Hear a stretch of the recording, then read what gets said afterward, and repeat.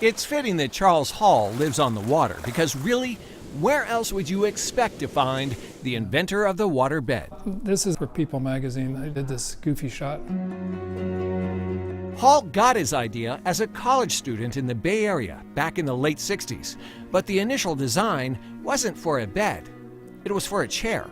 The product was comfortable but not practical. Weighed 300 pounds. I decided, well, beds you don't have to move, and that's where you spend most of the time, so a bed would be the better project. It took a while before his creation went from the classroom to the bedroom.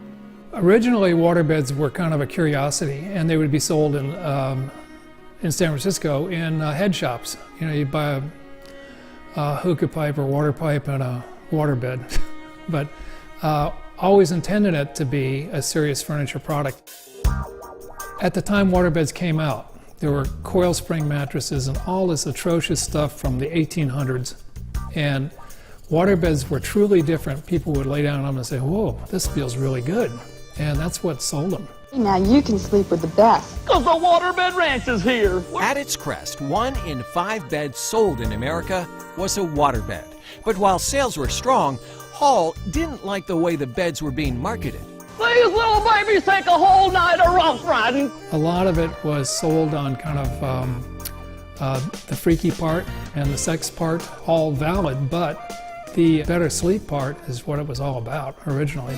Eventually, the tide turned on waterbeds and they fell out of fashion.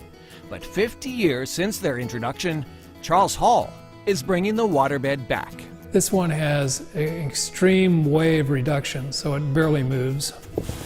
It has a stretch top on it that allows the sleeper to sleep truly into the water and be supported by the fluid below. Hall hopes his new design will catch on with first-time waterbed buyers and those in a very particular demographic. Half the millennials were probably spawned on a waterbed.